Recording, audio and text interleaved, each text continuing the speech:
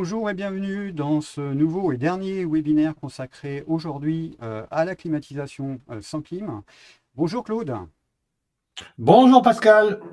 Merci à toi Claude pour ta participation à ce dernier webinaire. Je pense qu'il est plus utile aujourd'hui de présenter Claude, mais si vous ne le connaissez pas encore, vous retrouverez un lien dans le descriptif de la vidéo et dans l'article qui sera aussi consacré à ce webinaire. Le sujet du jour, la climatisation sans clim. Alors c'est un sujet vraiment d'actualité. On est en 2022 et on a connu la plus grosse canicule jamais vécue en juin. Le dérèglement climatique est maintenant une certitude comme l'atteste le GIEC et la cause est essentiellement due à l'homme. On bat des records de chaleur quasiment chaque année. Cela veut dire qu'on va certainement avoir de plus en plus chaud et surtout plus tôt et plus tard dans l'année. Or, nos logements sont-ils préparés à ces circonstances ? Que doit-on faire pour limiter l'impact de la chaleur sur nos habitats? Les isolants sont-ils tous égaux en matière de confort d'été? Voilà quelques-unes des questions auxquelles Claude va nous répondre dans ce webinaire. Claude, maintenant la parole va être à toi. Quelles sont les raisons pour lesquelles on utilise trop la climatisation en Occident d'après toi? Eh bien, d'après moi, parce que on n'est pas sage. On a été très peu sage dans les 20, 30, 40, 50 dernières années, parce qu'il faut quand même se souvenir que la climatisation, c'est quelque chose qui est extrêmement récent. Pas dans le principe, il y a longtemps qu'on sait comment ça fonctionne, hein, l'enthalpie de l'eau, etc. Donc, on connaît hein, les changements d'état de certains matériaux qui justement permettent tous ces systèmes-là. C'est pas une découverte récente, mais c'est la mise en œuvre des principes en question qui est récente. Et donc jusqu'auparavant, les gens ne mourraient pas comme des mouches dans les rues et on n'y retrouvait pas non. Et donc jusqu'auparavant. Et donc c'est quelque chose qui s'est répandu sur la planète comme une traînée de poudre, pensant que on avait là la solution au problème. Bah non, on a une source d'amplification du problème. Donc c'est tout simplement ça. Hein. Puisque, comme tu le disais, Pascal, c'est effectivement du fait de l'homme, hein, on est dans l'anthropocène, on est en plein dedans, que on connaît ces bouleversements climatiques, n'en déplaise à certains qui continuent à les nier. Bon, pourquoi pas. Hein, c'est l'histoire de cette personne qui tombe du 20e ou 50e étage. Chaque fois qu'elle est en patient, elle dit jusque-là ça va, jusque-là ça va. Alors, ce qui compte, c'est pas tant jusque-là ça va, c'est comment on atterrit en bas. Hein. Et donc, en règle générale, l'atterrissage après X étages, ça va pas bien. Hein. Et donc, nous, on s'approche vraiment là du sol. Hein. Donc, on n'est pas loin d'atterrir. Et le collapse est une réalité. Mais bon, là, on va pas passer notre heure là-dessus. Alors, pourquoi doit-on climatiser sous nos latitudes? Eh bien, déjà, sous nos latitudes, climatiser est un aveu d'échec dans l'acte de construire, d'aménager ou d'exploiter un bâti habitable, entre autres, puisqu'on parle beaucoup de l'habitat, mais c'est tout aussi vrai dans le tertiaire, etc. Il y a des systèmes qui fonctionnent très bien. Hein, j'en citerai un, par exemple, hein, qui sont les immeubles 22-26. Hein, si des gens veulent voir de quoi ils retournent, hein. Vous tapez immeuble 22-26, vous allez voir, ça monte tout seul. C'est une agence d'architecture autrichienne qui a développé un système pour du tertiaire. Alors, ok, c'est pour du tertiaire, mais ils se font fort de au moins permettre d'améliorer considérablement les bâtis grâce à leur... C'est pas des inventions, hein, c'est la mise en application de systèmes anciens. Et donc, on va pas développer comment ça se passe, juste se dire que pourquoi 22-26. C'est que ces immeubles-là, sans chauffage et sans climatisation, à années durant, les premiers qui ont été construits, il y en a 5, 6, 7 qui ont été construits. Il y en a dans le Vorarlberg, il y en a en Autriche, il y en a en Suisse, et il va bientôt y en avoir un en France, dans le programme général Confluence à Lyon, Next City, a passé un accord avec donc cette agence. Je crois que c'est l'agence Baumann, mais enfin, je ne garantis pas. Mais si vous tapez 22-26 sur un moteur de recherche, ça va monter tout seul. Et donc, il y a un immeuble qui est prévu à être construit là, à Confluence à Lyon. Le permis est obtenu, tout ça est en route. C'est peut-être déjà commencé, je n'ai pas suivi l'affaire d'assez près. Et donc, sans chauffage, sans clim, ces immeubles demeure entre 22 et 26 degrés à l'année. Ceci aussi bien en Autriche qu'en Allemagne, là où ça a été fait, ou en Suisse, et on verra si c'est tout aussi vrai en France. Il n'y a pas de raison que ça ne le soit pas. Donc, comme quoi on sait faire. Mais c'est simplement, on n'applique pas les bons systèmes. Voilà, c'est comme ça. Et on a basé notre thermie et tout notre développement exclusivement sur l'hiver. Connerie, enfin, pardon, bêtise. Voilà, soyons un peu clean dans nos propos. Une bêtise monumentale, puisque on continue encore aujourd'hui à nous sortir des réglementations qui s'appuient sur des situations climatiques qui remontent à 15, 20, 30, 40 ans en arrière, que nous ne connaîtrons probablement plus, en tout cas pas avant des décennies, voire des siècles. Parce que le bouleversement climatique, on a été rapide à le mettre en œuvre, mais ce sera beaucoup plus long pour que ça se corrige. Et donc, ça se corrigera, ça c'est clair. Est-ce qu'on sera encore là pour le voir? Ça, c'est moins sûr. Mais bon, espérons-le quand même. Et donc, en tout cas, ce qui est certain, c'est que aujourd'hui encore, on construit des bâtiments en imposant des surfaces minimales vitrées au sud, mais en n'imposant rien concernant leur protection du rayonnement solaire l'été. Alors, bah oui, j'ai vu, là, j'ai passé 3 jours sur Bordeaux le week-end dernier au colloque de la frugalité heureuse et créative. Très, très beau mouvement. Si vous n'y êtes pas adhérent, je vous invite vraiment à adhérer à ce mouvement parce que c'est très intéressant ce qui s'y passe.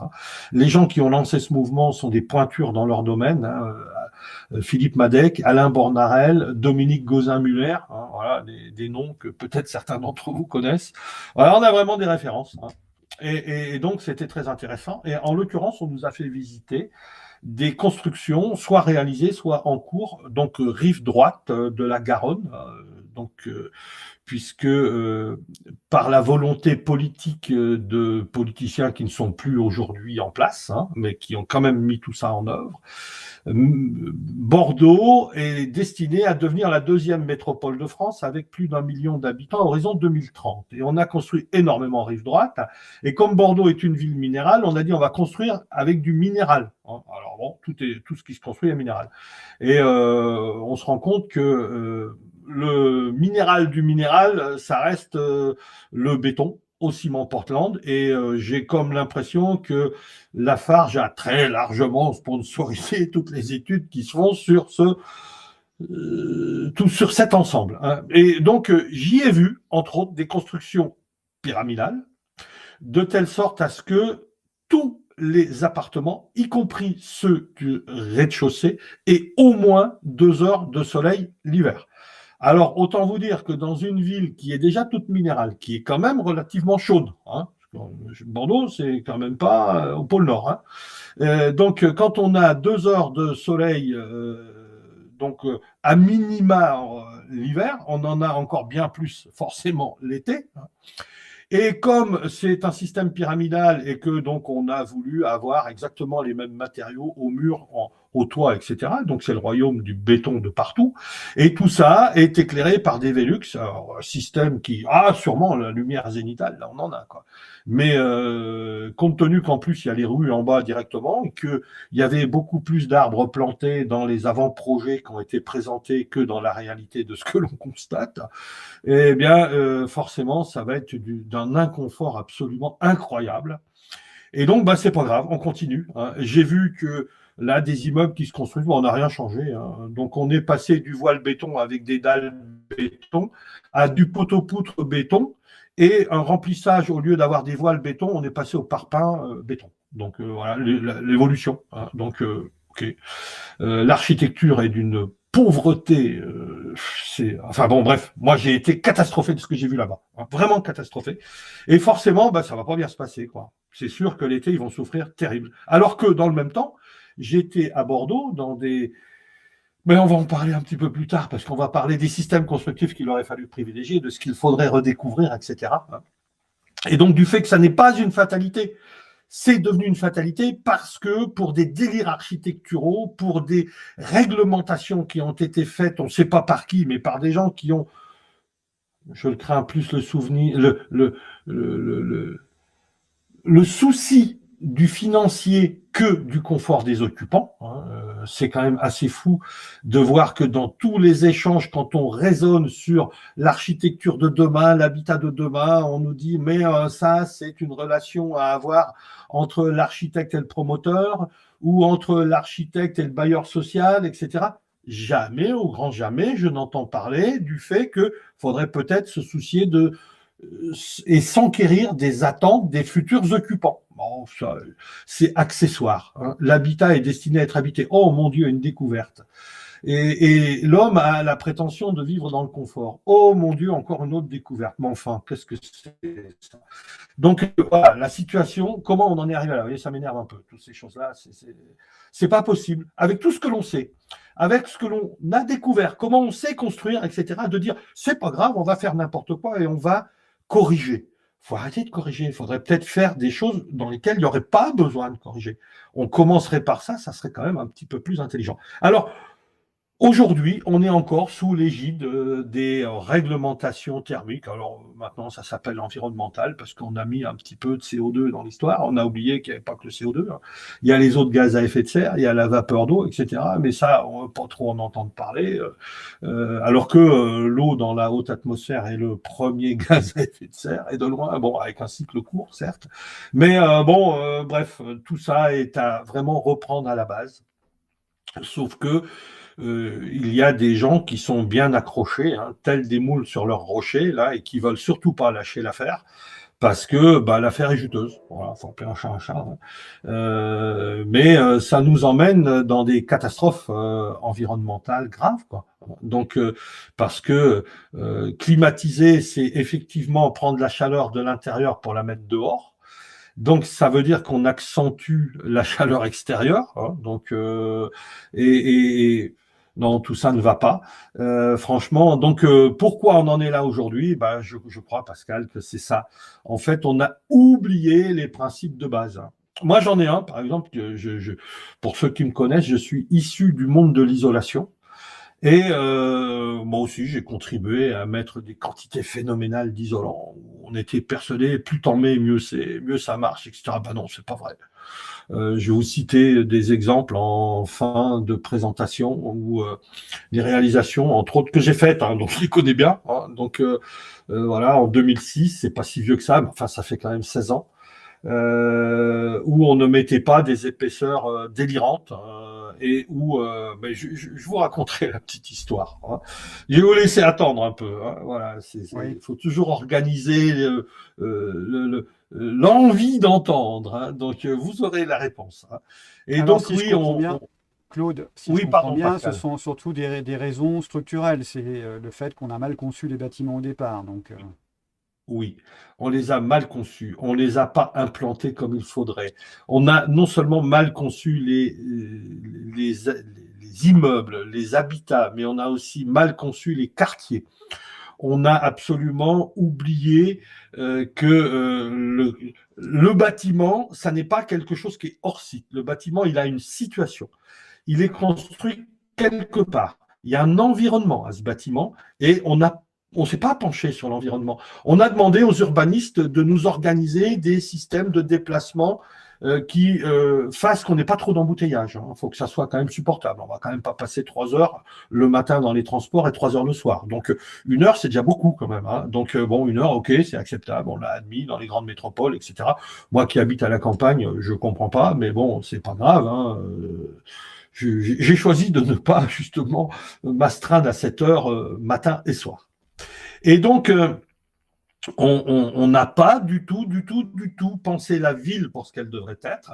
Et là, à une époque où je crains qu'il faille à un moment donné, pour plein de raisons, et pas seulement de chaleur l'été, repenser notre habitat, réorganiser peut-être notre façon d'occuper l'espace, redistribuer, faire que la campagne ne soit pas simplement un lieu où, tiens, pour me défatiguer de la ville, je vais acheter une résidence secondaire et j'y viendrai 15 jours ou 3 semaines l'été et une semaine l'hiver.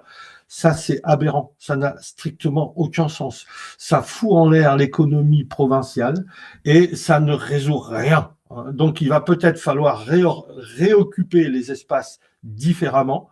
Donc, c'est un militantisme large, hein, auquel que je préconise, hein, et que je suis.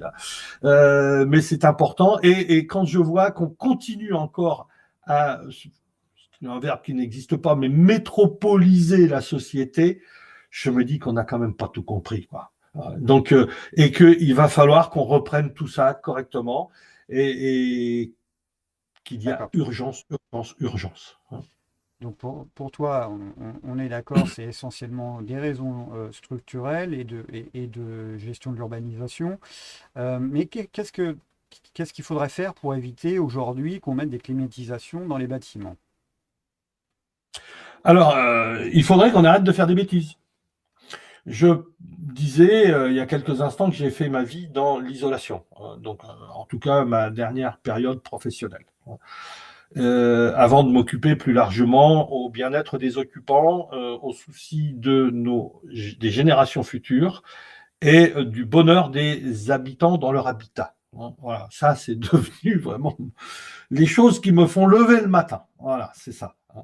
Et donc, euh, j'ai je pense que, par exemple, toutes les maisons qui sont sur terre-plein, hein, quand j'entends aujourd'hui, encore maintenant, des gens en toute bonne foi, qui ont vraiment d'excellentes intentions, dire il faut absolument s'isoler du sol. Mais quelle bêtise!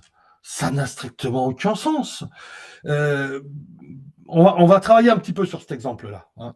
Le sol, on le sait que au-delà de 1,50 m, 1,80 m de profond, hein, c'est-à-dire à une distance suffisante pour ne plus être influencé par la chaleur de l'air ambiant, par le rayonnement capté par la surface du sol, etc., hein. Donc, à 1,50 m, on a une température stabilisée entre 12 et 13 degrés. À partir de 70 cm de profondeur, déjà, on est quand même extrêmement stable, hein. Donc, ça veut dire que dans tous les habitats où on a, effectivement, si on se dit au-delà des 70 cm depuis le nu extérieur des murs en revenant vers l'intérieur, on ne subit plus ou pas de façon significative les effets de la température extérieure ambiante, hein. Eh bien, on doit être, en tout cas, extrêmement proche de la température 13 degrés stabilisée du tréfonds, hein.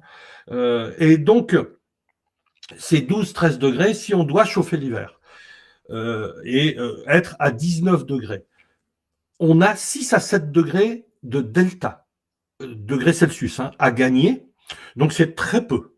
C'est très, très peu, hein. S'isoler du sol, c'est s'interdire, quand il fait -10 dehors, de bénéficier de cet apport des 12-13 degrés. Ça, c'est déjà ridicule, hein. Mais ça l'est encore plus l'été. Parce que l'été, que se passe-t-il? Quand il fait 38-40 degrés à l'ombre, et je pense que malheureusement, on va monter au-delà assez rapidement dans les années futures, hein. Que votre mur, votre paroi verticale, soit au sud, au nord, à l'est, à l'ouest, elle sera au minima à la température de l'air ambiant. Elle subira assez peu les montées en température du fait du rayonnement, puisque l'été, on a donc un passage du soleil au zénith de façon très élevée. Mais donc les murs, néanmoins, seront très rapidement, au moins pour leur face extérieure, à ces 38-40 degrés, hein. Qu'ils soient au nord, au sud, à l'est, à l'ouest, ça change rien. Peut-être un petit peu plus au sud, peut-être encore un petit peu plus à l'ouest et un tout petit peu plus à l'est. Mais très honnêtement, même au nord, ce sera chaud. Alors sur le toit, par contre, où là, on a le soleil qui pique au zénith dessus, hein, et l'arrêt d'un rayonnement solaire provoque la dissipation de l'énergie emmagasinée dans ce rayonnement sous forme de chaleur, hein. Donc comme le toit, il arrête le rayonnement, hein. Eh bien, on a une montée en température. Moi, je l'ai mesuré personnellement, hein, parce que ce qu'on me dit, quand je peux le contrôler moi-même, j'ai encore plus confiance, hein.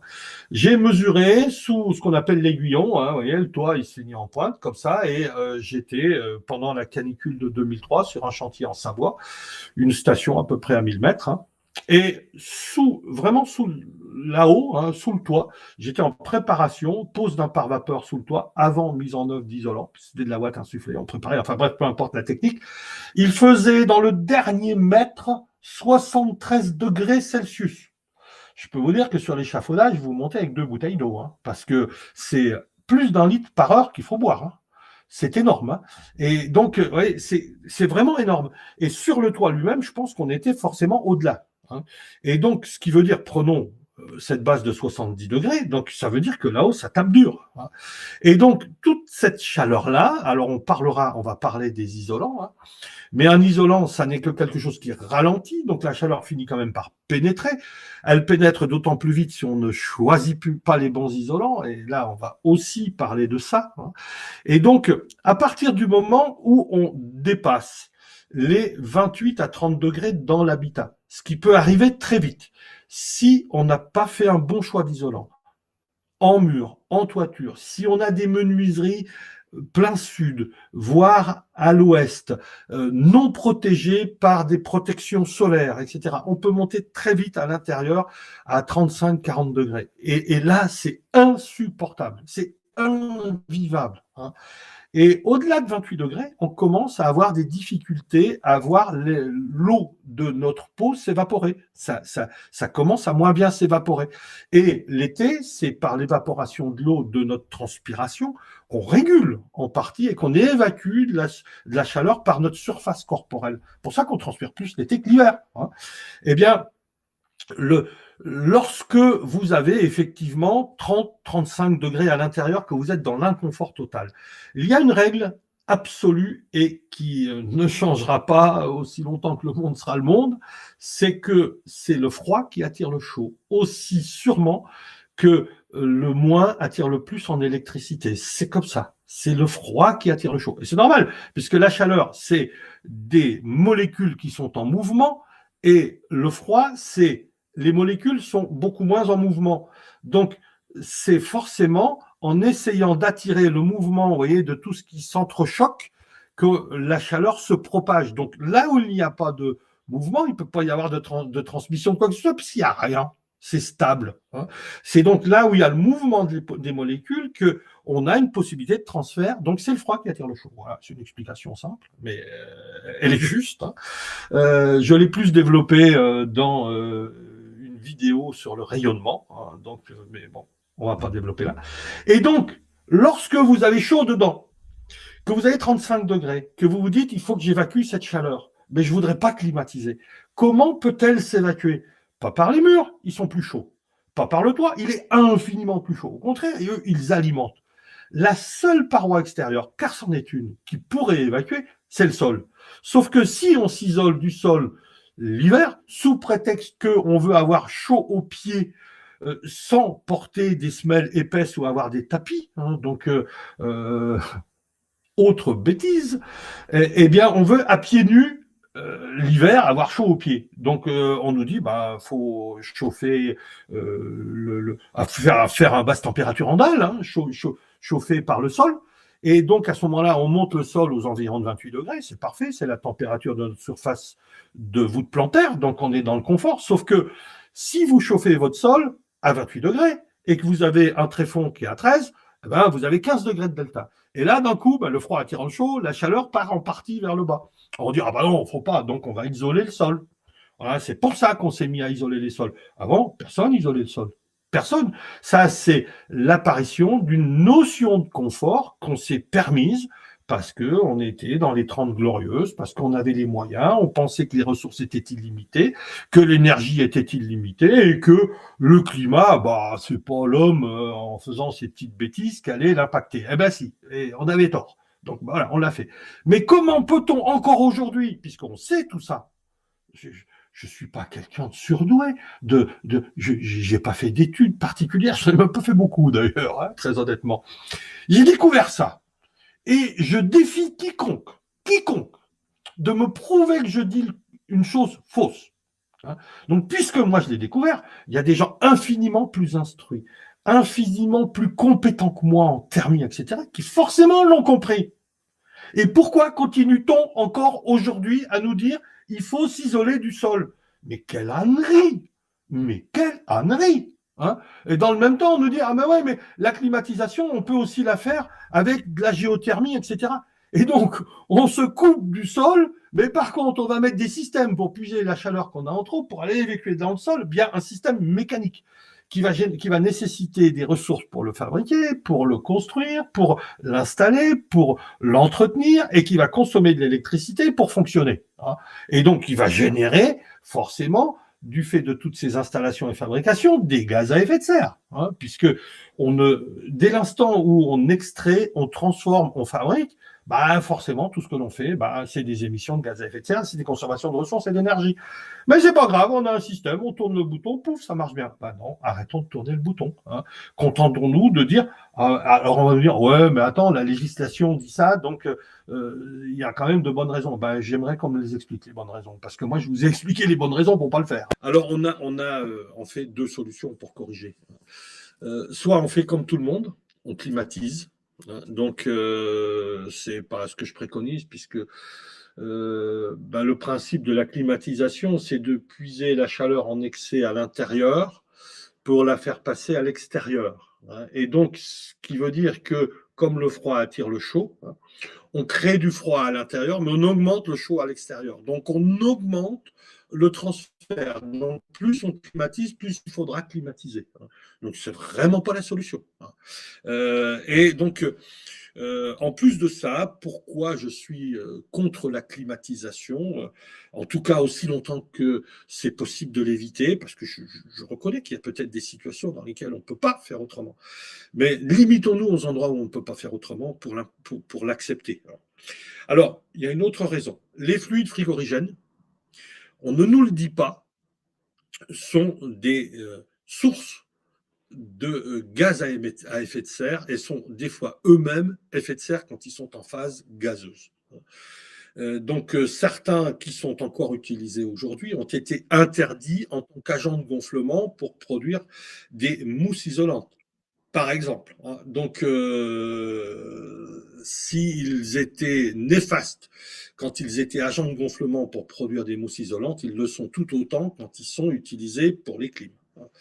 En plus de ça, on nous vend des clims aujourd'hui dont on sait que, horizon, si ma mémoire ne me trompe pas, 2024, il va devenir difficile de les recharger parce que à cet horizon-là, il va y avoir certains fluides frigorigènes qui sont autorisés aujourd'hui, qu'ils ne le seront plus parce qu'ils ont des facteurs d'impact sur le climat qui sont trop importants. Et il y a également une autre certitude, c'est qu'horizon 2028, ils seront totalement interdits. Alors, certains gaz, on nous dit, oh ben, seraient très bien, ils ne seront pas interdits parce qu'on pourra les fabriquer pour telle raison, mais ils vont être interdits par la directive REACH, et ils le sont déjà dans d'autres dans ces destinations d'usage, puisque la directive REACH de mémoire, il y a 21 classes différentes pour lesquelles on autorise ou on interdit. Hein. Et donc, très sincèrement, euh, j'ai découvert des articles, oh, je ne l'ai pas inventé, hein, c'est Batirama, c'est Batiactu, je ne sais plus d'où ils sortent, c'est peut-être sur Bill Green, je ne sais plus.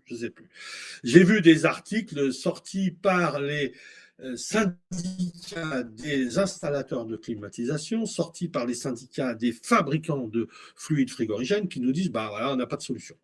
Ça n'empêche qu'aujourd'hui, on a un tas d'égreffins qui viennent nous dire, et ils ont raison de le dire, puisqu'on les y autorise, on vous offre votre pompe à chaleur, votre clim, etc. Allez, on y va, on installe, c'est gratos. Aujourd'hui, on rase gratis. Bon, bah, demain, je ne sais pas si on rasera encore gratis, mais voilà, c'est aberrant, quoi. Donc, pour toutes ces raisons-là, il faut s'interdire ça. Hein. On consomme trop de ressources, on consomme de l'énergie. Hein. Et pour info, hein, EDF aujourd'hui cherche tous les moyens possibles et imaginables pour orienter leurs clients pour consommer moins. Hein. Aujourd'hui, un des plus gros vendeurs de pompes à chaleur dont on nous fait l'article en nous disant ça vous permet de consommer moins d'électricité, c'est EDF. Hein. Donc ce sont donc des producteurs d'électricité. Ça s'est jamais vu quand même, ça. Hein, des gens qui produisent quelque chose, qui nous vendent des systèmes pour éviter de consommer ce qu'ils produisent. Ben, pourquoi ils font ça? Parce qu'ils savent très bien que demain, ils ne pourront pas produire tout le monde. Et l'électricité était quelque chose d'extrêmement précieux. Donc, il faudrait essayer de n'en consommer que très raisonnablement.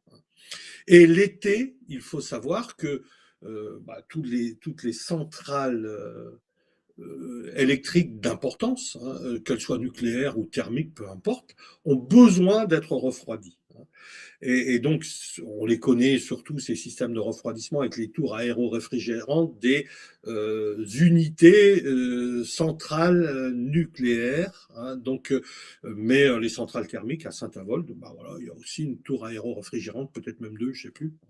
Donc, on l'a arrêté il y a un mois. Il paraît qu'on va peut-être la remettre en route. Bon, parce que nos centrales nucléaires sont un peu défaillantes. Hein. On ne va pas être plus méchant que ça, mais aujourd'hui, on a 50% de nos centrales nucléaires qui sont à l'arrêt, certaines pour des entretiens courants, mais une bonne partie, et particulièrement les plus puissantes, sont à l'arrêt parce que on y a détecté des fissures hein, que jusqu'à présent on ne recherchait pas, donc forcément on ne les trouvait pas. Et puis là, le gendarme du nucléaire a dit non, quand même, faut arrêter, faut se pencher sur ce problème. Hein. Et donc, ce problème, bah, on ne sait même pas encore. On nous dit, ouais, on va les réparer. Mais on ne sait même pas si c'est réparable. Hein. Très honnêtement, voilà la situation dans laquelle on est. Et les barrages hydroélectriques, j'ai entendu dire, donc à contrôler, mais que le barrage de Serponçon, qui est quand même le plus grand barrage hydroélectrique d'Europe, euh, ce que, je le crois en tout cas, hein, là aussi peut-être information à vérifier, mais qui est quand même pas un nain au niveau de la production d'électricité, mais il n'y a plus d'eau dedans. Hein, et que les activités nautiques de cet été n'y seront pas praticables. Hein. Il semblerait, donc tu me disais Pascal, que pour le Verdon, ça commence à poser problème. On se demande si on va pouvoir y faire descendre les canoës et les kayaks cet été. Hein. Donc, vous voyez, il n'y a plus d'eau dans les fleuves. Hein. Et donc, on ne peut pas refroidir sans eau. Hein. Ça, on ne sait pas faire. Ou alors, il faut des systèmes avec des pompes qui nécessitent de l'électricité. Donc, oui, alors si on produit de l'électricité pour refroidir ce qui produit de l'électricité, c'est bien quand on fait un pour un, mais ça sert à personne. Juste, ça sert à bouleverser le climat un peu plus. Donc, il faut arrêter tout ça. Hein. Donc, alors, sinon, qu'est-ce qu'on peut faire? Ben, il faut, pour tout ce qui n'a pas été construit, ou pour tout ce qu'on aménage, le reprendre de façon intelligente. Hein. Donc, pour ce qui se construit aujourd'hui, arrêtez. Par exemple, aujourd'hui, un architecte ou un constructeur ne peut pas construire une maison ou un immeuble neuf avec un système terre-plein sans isoler du sol, parce que c'est obligatoire d'isoler. Il faut atteindre un R2, je ne sais plus combien. Mais quand est-ce qu'on va arrêter les bêtises? Et là, j'ose même le dire, les conneries, parce que ça, ce sont des conneries, et des grosses. Hein.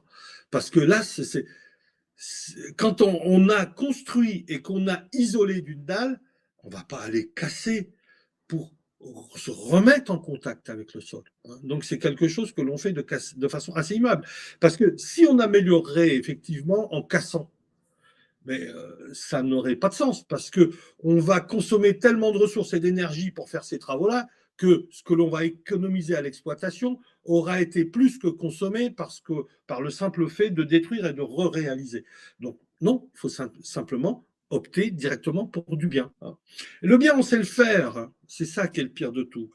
On sait le faire puisque bon, j'ai déjà abordé un petit peu ces systèmes-là, mais on sait le faire, par exemple, aussi, on parlait de l'isolation, les isolants. Aujourd'hui, on nous parle d'isolants et de déphasage parce que ça y est, ça commence à être un petit peu admis. Pendant des années, on nous a dit oh, le déphasage, c'est une vue de l'esprit des fous furieux, là, vous savez, ces gens qui parlent d'écologie, etc. Aujourd'hui, tout le monde est dans l'écologie. Hein. On vous construit des centrales nucléaires écolo. J'ai entendu dire l'autre jour qu'on avait inventé des poutres en béton frugal. Pourquoi pas? Donc, on peut tout faire. Donc voilà. Alors après, pourquoi pas? Hein, si être écolo, c'est être moins impactant qu'avant. Alors oui, effectivement, heureusement que les gens-là s'améliorent. Hein, mais quand même, quoi. Non, faut arrêter de nous faire avaler des couleuvres. Quoi, hein. À un moment donné, on va finir par s'étouffer avec vos histoires. Hein. Donc, on sait faire. Alors, en matière d'isolant, par exemple, on sait très bien que les isolants les plus performants dans ce domaine-là, et pour des raisons simples, hein, c'est que le déphasage est lié à trois choses principalement. C'est le lambda, hein, qui est le coefficient d'isolation, donc ce qui permet de lutter contre la conduction. Et donc, le lambda, on le sait, Fourier lui-même l'a exprimé, c'est une unité, enfin c'est une base qui permet de comparer des isolants entre eux, toutes choses étant égales par ailleurs. J'ai l'impression d'être un certain JMC quand j'utilise ça. Mais il a raison, toutes choses étant égales par ailleurs, effectivement, entre 10 et 20 degrés Celsius, c'est là qu'on teste les isolants, eh bien, on a un moyen de comparer parce que là, l'isolant, le lambda est stable. Par contre, au-delà de 23 degrés, Fourier lui-même, il y a quelques années déjà, l'avait compris, il disait que on commence à perdre un petit peu de certitude quant à l'évolution du lambda, et au-delà de 27 degrés, c'est une catastrophe. Donc, se baser sur le lambda pour l'été, quand je vous l'ai dit, on atteint des 70 degrés et plus sur les toits, c'est un peu n'importe quoi. Donc, j'ai entendu dire, je ne l'ai pas contrôlé, je ne l'ai pas constaté, j'ai ouï dire, je dis bien j'ai entendu dire, mais j'ai toute raison de penser que ces gens-là ne m'ont pas dit que des bêtises, qu'on pouvait atteindre plus de 70% de chute de lambda sur certains types de matériaux. Je ne citerai pas, puisque je ne l'ai pas vérifié, mais on peut atteindre des... En tout cas, les pertes de 30% sont communément admises par les laboratoires de thermie. Donc, chute de 30% de performance du lambda sur certains types d'isolants, c'est couramment admis. Et on nous dit, oh, mais c'est pas grand-chose. Bah ouais, à côté de ça, on nous dit que un lambda 5% meilleur, c'est quand même pas négligeable. Ben, par contre, s'il chute de 30%, on dit, oh non, on va pas s'affoler avec ça. Bah si, on va s'affoler avec ça. Justement, si. Et donc, si on passe au-delà du lambda, ce qui est important, c'est la chaleur spécifique des matériaux et leur densité en œuvre. Ça, c'est très important. Alors, chaleur spécifique, je vais vous donner la chaleur spécifique de trois familles. On va se donner une fourchette large, parce que voilà, ça peut être variable.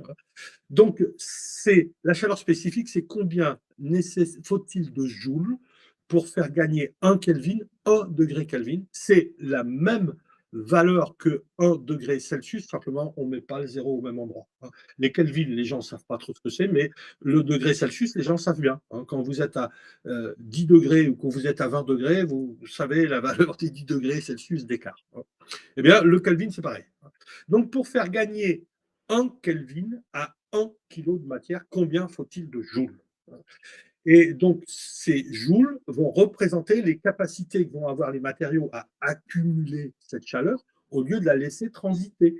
Donc, ça va faire qu'elle va transiter moins vite. Donc, on va avoir un temps de déphasage, c'est-à-dire le temps nécessaire pour qu'une calorie passe d'un côté à l'autre d'un matériau. C'est ça le déphasage. Donc, plus la chaleur spécifique est élevée, plus le matériau a un poids élevé dans sa mise en œuvre, dans la forme dans laquelle elle est mise en œuvre, moins vite la calorie va passer de l'autre côté. Et moins vite, elle va passer de l'extérieur vers l'intérieur l'été, c'est ce qui nous intéresse. Et donc, pour du minéral, on va prendre de la silice, on va prendre du béton, on va prendre du verre, voilà, toutes ces matières-là, on les connaît, du granit, etc. Je donne une fourchette très large, entre 820 et 900 joules par kilo. Vous prenez 1 kilo de matière, vous mettez 820 à 900 joules, ce kilo va gagner 1 Kelvin. Vous prenez maintenant la pétrochimie, tout ce qui est issu de la pétrochimie, c'est 1200 à 1400 joules. Je prends une fourchette très large volontairement pour ne pas être critiquable et attaquable. Je ne veux pas être attaquable. 1200 à 1400, on va même aller à 1450 joules, n'ayons pas peur. Voilà, ça, c'est les polystyrènes, les polyuréthanes. Donc, 1 kilo de ces matières-là vont nécessiter entre 1200 et 1450 joules pour gagner un Kelvin. Tout ce qui est végétal, l'herbe, le bois, le coton, etc., le lin, le chanvre, toutes ces matières-là, c'est entre 1800 et 2100 joules. Et 1 kg de minéral, c'est 2,5 fois de moins de joules nécessaires pour faire monter de 1 kg. Maintenant, voyons la quantité de la densité en œuvre. Parce qu'on va nous dire, ouais, mais la pierre, la silice, par exemple, tu te rends compte, 850 joules au kilo, d'accord, en moyenne, hein, mais par contre, 1 kg, c'est très petit, parce que c'est quelque chose d'extrêmement dense. Ouais, ouais, sauf que quand c'est transformé en isolant, hein, une laine de verre en vrac, c'est 12-13 km3. Ça peut même être moins, hein. Une laine de verre en panneau, c'est 30 kilos le mètre cube. Donc, vous voyez, 1 m3, ça fait 1 mètre par 1 mètre par 1 mètre, hein. Donc, le polyuréthane, c'est pareil, c'est extrêmement léger. Le polystyrène aussi. Alors, comme en plus, pour revenir à ce que je disais au départ, qu'on base tout sur la thermie d'hiver pour calibrer les isolants qu'on va mettre en œuvre. On nous dit, l'hiver, il faut atteindre un R2. C'est tellement énervant que je ne sais même plus combien il faut. Mais on va dire, peu importe, on s'en fout, c'est pas grave. On va dire, ils font un R de 6 dans tel type de paroi. Le R, c'est une combinaison entre l'épaisseur et le lambda. Et donc, si vous prenez un polyuréthane qui a un lambda de 0,022, 0,023 pour les plus performants, donc plus le lambda est bas, meilleur on est. Donc, comme vous avez un lambda hyper performant, vous allez peut-être vous satisfaire d'avoir 10 cm d'isolant dans votre paroi pour atteindre le R déterminé. Et d'un matériau qui est très léger. Donc, comme le déphasage est dépendant du lambda, il est bon, mais de la chaleur spécifique, elle n'est pas terrible, et de la densité qui est très faible, et de l'épaisseur qui pourrait compenser, mais elle est extrêmement faible. Bah, ça ne marche pas.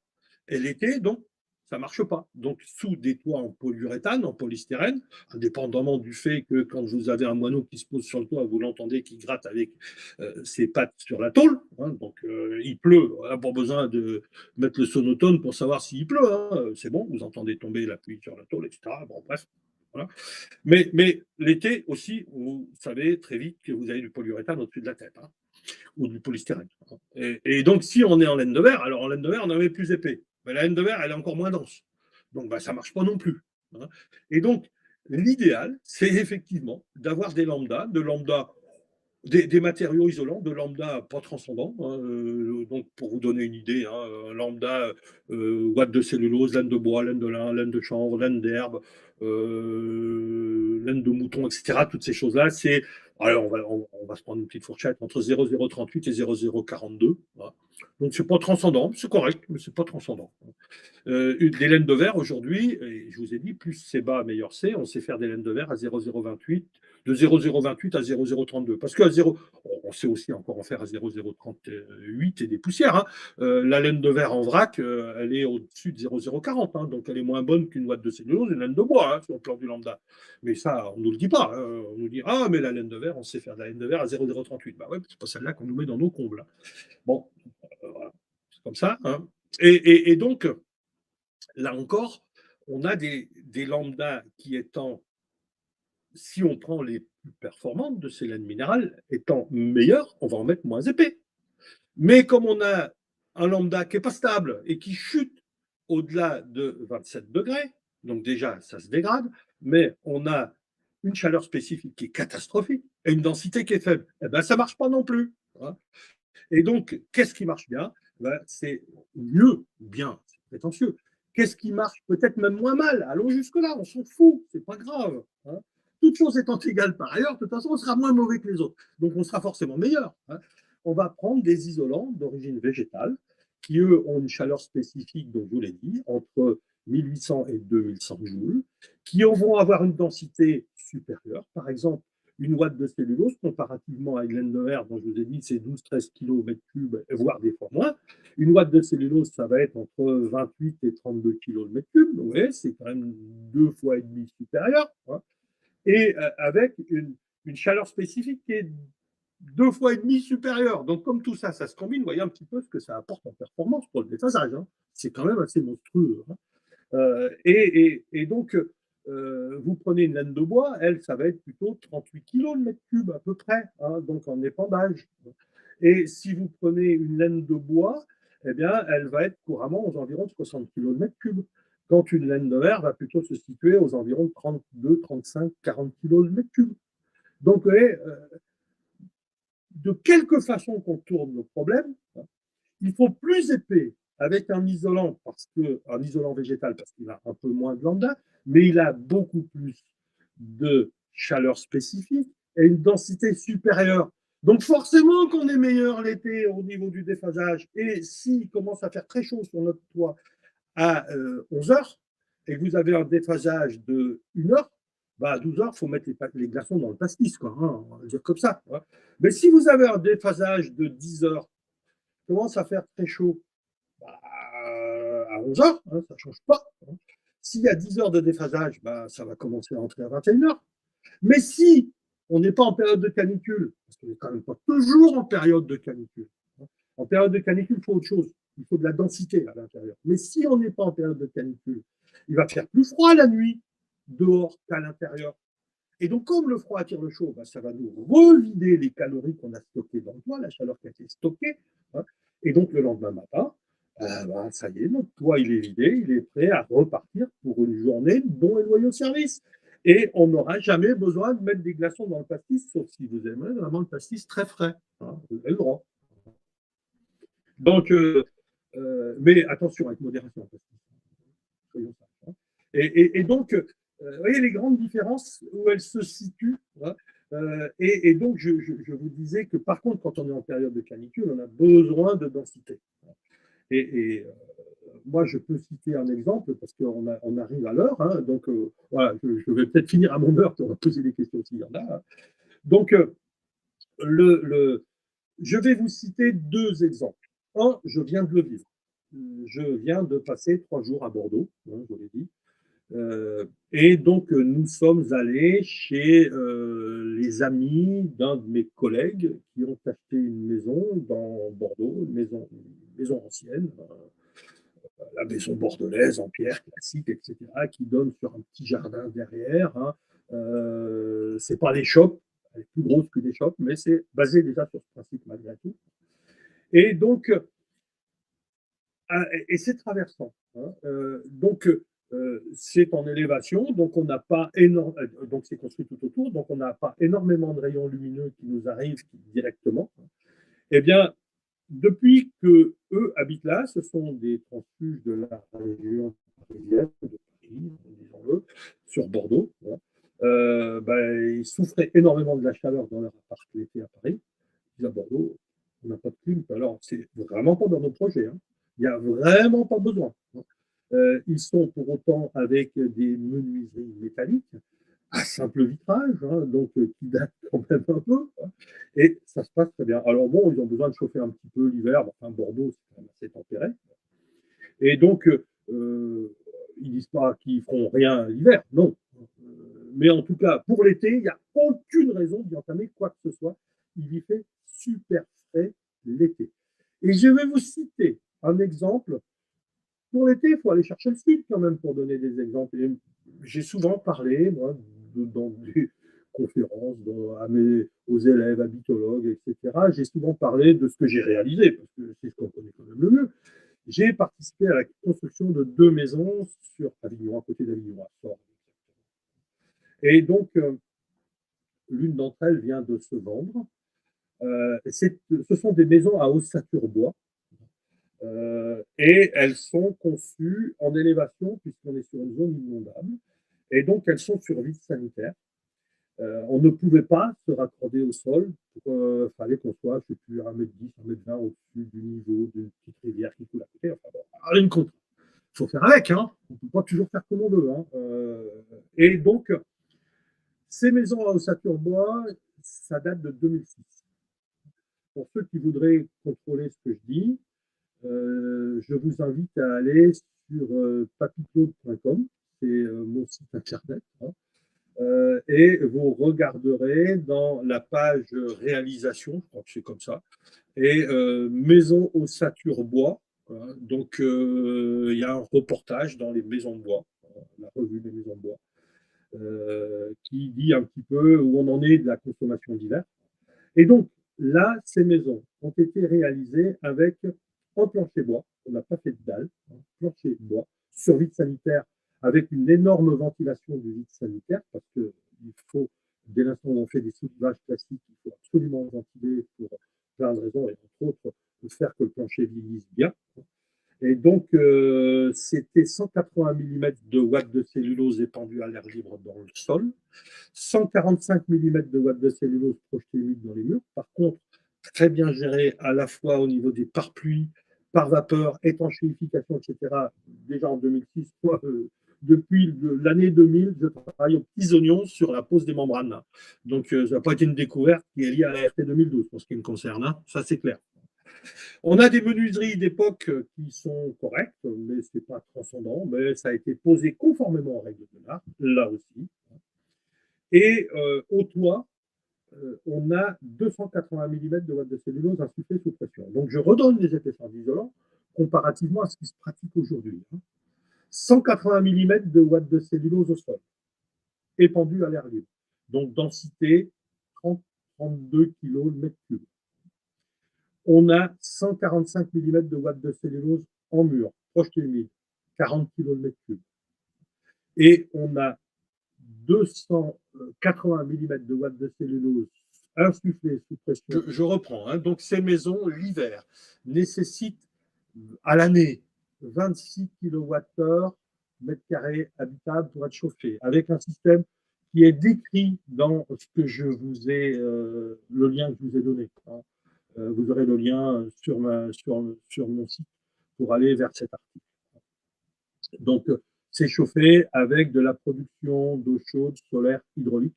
Ce n'est plus ce que je préconise. Maintenant, je préconise du photovoltaïque pour chauffer un ballon d'eau chaude. Alors, le principe est très simple.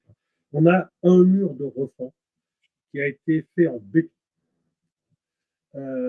qui est en béton de gravier, sable, chaud. Donc, dedans, on a des serpentins qui sont avec circulation d'eau chaude et qui puisent leurs calories dans un réservoir tampon, un ballon tampon de mémoire de 500 litres. Mais bon, je vous le dis de mémoire, je n'ai pas la donnée, parce que je n'étais pas le plombier chauffagiste. Et ça n'est pas moi qui l'ai maîtrisé, ni voilà. C'est un très bon. Si vous voyez les coordonnées sur le reportage, vous pouvez l'adresser à lui s'il est toujours en activité, c'est un bon. Et donc, on chauffe cette maison avec ce mur de 10 mètres carrés. On a l'équivalent à peu près de 10 tonnes d'éléments sur ces 10 mètres carrés de mur. On chauffe donc ces 10 mètres carrés de mur et l'hiver, ça restitue la chaleur. Et donc, la chaleur, je le redis, est puisée dans le réservoir d'eau chaude qui, lui, a été chauffé avec du thermique solaire, alors qu'aujourd'hui, je préconise de le chauffer par effet Joule avec du thermique du photovoltaïque, parce que l'été, eh bien, là, on a été obligé de se protéger du rayonnement, alors que l'été, si on a du photovoltaïque qui nous chauffe l'eau l'hiver, l'été, on saura quoi faire de notre électricité. On en a toujours besoin. C'est vraiment un vecteur extrêmement noble que le transfert d'énergie via l'électricité. Et donc, cette maison donc, dispose, je ne sais pas où ça fait des manques, dispose, je vais résumer, dispose d'un mur de refend de 10 mètres carrés qui est fait en béton de chanvre, gravier et chaud, dans lequel on a un serpentin qui puise sa chaleur l'hiver pour le chauffage dans un ballon d'eau chaude qui lui-même est chauffé par de l'hydraulique solaire. Aujourd'hui, je préconiserais de chauffer plutôt par du photovoltaïque, avec un effet Joule, tout simplement une résistance chauffante mise dans ce ballon. Et l'été, donc on a ces 10 mètres cubes qui nous permettent de stabiliser la température.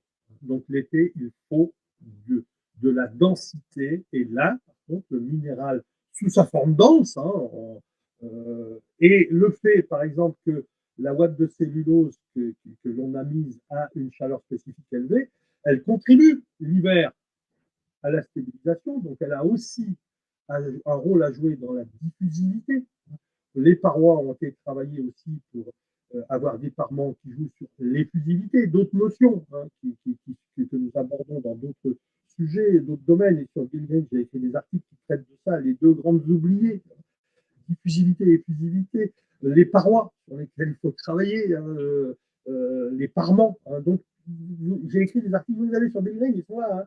Ils sont accessibles à tout le monde. Et donc, ça, vous voyez, c'est quelque chose qui fonctionne. Et donc, ces maisons qui ont été à vendre, j'ai un des élèves habitologues qui est allé en visiter une et qui m'a appelé aussitôt en ressortant en disant Claude, je suis sous le choc.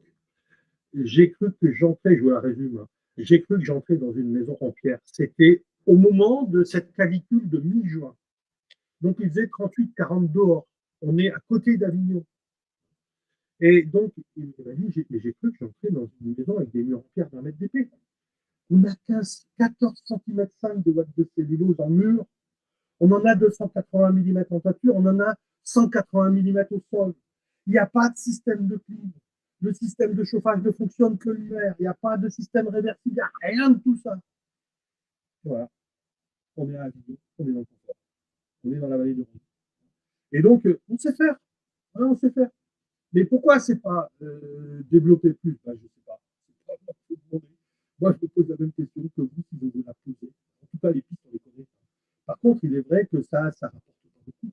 Parce que installer des pompes à chaleur, installer des clim réversibles, Claude, on te perd encore, on te perd encore. Je reprends juste la parole 2 minutes pour recentrer un petit peu, parce on a dépassé l'heure. Oui. Claude, donc ton son va revenir correctement dans quelques secondes. Juste là, aujourd'hui, tu as abordé essentiellement dans les solutions l'isolation, mais quelles sont les autres pistes aussi sur lesquelles on doit travailler pour qu'on évite de mettre une climatisation? Alors, on va pouvoir. Donc, c'est bon, c'est revenu? C'est parfait. OK. Donc, on va pouvoir travailler également sur une chose qu'on utilise assez peu, c'est l'enthalpie de l'eau. Alors, il y a aussi des choses qu'il faut qu'on arrête de faire, hein. Je vois tous les gens qui achètent une maison, donc ceux qui achètent un appartement, bon, ben, là, il y a une terrasse, il y a un balcon, c'est des balcons en béton. Il faudra peut-être qu'on arrête de les faire en béton parce que c'est des batteries thermiques. Il faudrait peut-être qu'on fasse des balcons bois, hein. Sauf qu'on nous dit, ah bah oui, mais c'est plus cher. Bah oui, mais climatiser, c'est pas donné non plus, hein. Donc voilà. Mais au moins dans les maisons individuelles, quand on achète une maison individuelle, si vous faites une terrasse, cessez de faire des terrasses minérales. Vous créez des batteries thermiques que vous chauffez le jour et qui vous empêchent de vous rafraîchir la nuit. Parce que quand l'air commence à être plus frais, qu'on voudrait ouvrir les portes pour ventiler ou les fenêtres, eh bien, on a cette batterie thermique qui est là, qui, elle, continue à diffuser, diffuser. Et au lieu de pouvoir se rafraîchir à partir de 21h ou 22h, il faut attendre 2h du matin pour pouvoir se rafraîchir. C'est quand même dommage, hein. Donc, faites des terrasses en bois. Voilà, on a des solutions. Ou en végétal, hein, laisser en terre, végétaliser, etc. On sait mettre des grilles qui font que les pieds de la table vont pas s'enfoncer dans la terre, et ça, on sait faire, hein. Installer des arbres, végétaliser un maximum. Cesser de couper la pelouse à ras, hein, parce que la pelouse, tous les végétaux évapotranspirent, hein, on le sait. Alors, c'est simplement que ils puisent de l'eau là où ils en trouvent et elle s'évapore. C'est même un des systèmes qui fait que l'eau monte dans les arbres, hein. Voilà, bon, on ne va pas développer là non plus, mais bon, bref, c'est comme ça. Et donc, cette évaporation, on sait que l'évaporation de l'eau refroidit. Quand on a très chaud, on se pulvérise de l'eau sur le visage et d'un coup, ça nous fait du frais. Eh bien oui, c'est pendant que cette eau, elle s'évapore. Je vois, parce que de temps en temps, je prends l'autoroute, je vois les gens sur l'autoroute qui vont se laver les mains en disant « Oh là là, qu'est-ce qui fait chaud, ça fait du bien ». Et hop, ils se sèchent les mains. Je dis, arrêtez de vous sécher les mains, laissez l'eau s'évaporer toute seule. Vous allez avoir bénéficié du frais pendant au moins 2 minutes, le temps que l'eau s'évapore. Ah oui, mais j'aime pas avoir les mains mouillées. Ah ben, t'aimes bien avoir chaud alors. Donc, non, franchement, des comportements, un peu quand même. Voilà, mais c'est nous, ça, hein. Et donc, travaillons là-dessus. Et arrêtons de mettre des Velux sur nos toits. Si on veut avoir de la luminosité, il y a des systèmes qui sont moins chers que les Velux, parce qu'un Velux, c'est pas le Velux qui est cher en soi, c'est l'installé qui est cher, hein. Alors effectivement, on a un éclairage zénital qui est absolument phénoménal, hein. Alors l'hiver, bon, ça fuit un peu, mais c'est pas catastrophique, hein. On chauffe, on compense. Mais l'été, par contre, ça pompe de la chaleur, c'est monstrueux. Alors même si on nous dit, ouais, mais il y a les versions athermiques, etc. Ok, il y a un film à luminiser dedans, etc. Oui, ok, très bien, très bien. Enfin, ça passe quand même, hein. C'est loin d'arrêter tout, hein. Si on arrêtait tout le facteur solaire, on n'a pas de lumière qui rentrerait, hein. Donc forcément, il en rentre, hein. Et optons pour des puits lumineux. Hein. Donc, voilà, des puits de lumière, ça marche. Hein. Donc, il y a beaucoup de marques qui existent. Moi, je donne priorité. Alors, on n'est pas payé pour ça, Pascal, mais bon, je fais de la pub pour Solacube parce qu'ils ont un système de captation à l'extérieur qui est une lentille de Fresnel inversée qui fait que à diamètre égal, ils captent beaucoup plus de rayons lumineux que les collègues. Donc, forcément, comme ils en captent plus, ils en transmettent plus dedans. Et ça, par contre, ça ne transmet pas la chaleur à l'intérieur. Et quand on a des Velux, si c'est pour avoir la luminosité, mettons-les sur les façades, sur les pans au nord, ne les mettons pas au sud. Bon, même si au nord, bah, en plein zénith, on l'aura quand même, hein, l'été. Et donc, au lieu de le traiter avec le volet intérieur coulissant, et le truc qu'on nous appelle Store SNCF, on tire là, le truc à luminiser et tout. Non, travaillons avec le petit rideau extérieur qui est très ajouré, qui permet justement de garder du rayonnement qui entre, mais qui l'arrête à l'extérieur avant qu'il vienne chauffer la vitre. Ça fonctionne très bien. C'est pas cher. Si on a des Velux, voilà, corrigeons comme ça. Mais arrêtons d'en installer quoi, sur le toit, parce que là, on va crever de chaud dedans. On va crever de chaud. Donc, après, si on peut créer des tonnelles, je vous parlais de la maison sur Bordeaux, par exemple, il y a une tonnelle en vigne. Alors, on dirait de la vigne sur Bordeaux, c'est assez normal. Bah ouais, mais en plus, au mois de septembre, quand ils vont aller, ces gens, boire l'apéro ou manger sous leur tonnelle, bah, ils vont avoir le dessert à portée de main. Hein. Donc, il y aura peut-être quelques guêpes qui seront invités aux agapes, mais bon, on partage. Hein. Et ça rafraîchit énormément. L'évapotranspiration, c'est énorme la capacité rafraîchissante. Si on a donc de l'eau de pluie que l'on capte et qu'on ne peut pas avoir d'autres systèmes qu'une toile tendue, on voit de plus en plus des toiles tendues à l'extérieur pour faire de l'eau. Eh bien, installons un petit système d'arrosage en goutte à goutte pour potager, ça va très bien. Hein. Alors, donc, on n'a jamais vu ça. Les voisins vont me prendre pour un fada. C'est pas grave. Le fada, c'est celui qui a chaud chez lui. Hein. Celui qui se met dans le confort, il n'est pas aussi fada que l'autre le dit. Hein. Mais bon, c'est pas grave. On a toujours le fada de quelqu'un. Hein. Donc, autant l'être. Hein. Mais, donc, installons un petit système d'arrosage qui va permettre de mouiller cette toile qui, en s'évaporant, va tout simplement rafraîchir. Les gourdes des militaires, c'est quoi? C'est une gourde pour boire. Hein. C'est une gourde métallique, donc qui n'est pas réputée avoir quelque chose qui rafraîchit. Eh bien, les gourdes militaires sont enveloppées toujours dans de la toile, une toile dense. Et les militaires sont entraînés pour se rafraîchir à d'abord prendre un peu d'eau dans la main, ils mouillent le tissu qui est autour, ils laissent l'eau s'évaporer, ce qui prend quelques minutes si on est vraiment dans un climat chaud, et ça rafraîchit l'eau qui est dedans. Donc, utilisons ces systèmes-là. Le frigo naturel, hein, la jarre à double pot dans laquelle on met de l'eau qui s'évapore, c'est le principe. Hein. Voilà comment les choses fonctionnent. Alors, architecturalement parlant, si on a des architectes qui nous écoutent, s'il vous plaît, vous qui concevez, inspirez-vous des riades. Le principe du riad est extrêmement simple. On construit en élévation, ça, vous savez parfaitement le faire, mais au lieu d'ouvrir sur l'extérieur comme c'est la grande mode, hein, on ouvre au nord, au sud, à l'est, à l'ouest, on fait des façades vitrées dans tous les sens, c'est parfait, et dedans, on cuit. Bon, comme ça, on climatise. Arrêtons de faire ça. Un riad, c'est quelque chose qui est quasi complètement fermé sur l'extérieur. Il y a une cour intérieure qu'on appelle le patio, hein, et donc, toutes les ouvertures donnent sur le patio. Hein.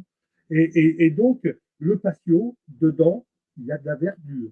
Au fond, hein, il y a de l'eau, une fontaine, un petit bassin, hein, ça évapore, ça rafraîchit. On a une colonne donc d'air qui continue malgré tout à monter puisque elle est très fraîche en bas, elle est plus chaude en haut, donc on a une aspiration.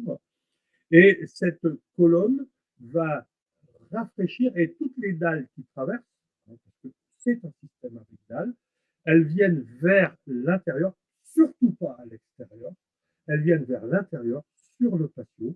Et quand cet air frais monte, eh bien, il évacue une partie de la chaleur qui, bien qu'on n'ait pas d'ouverture sur l'extérieur, on a quand même des murs extérieurs, est quand même un peu entré. Et dans Ariane, eh bien, il y en a plein au Maghreb, il y en a plein en Espagne, etc.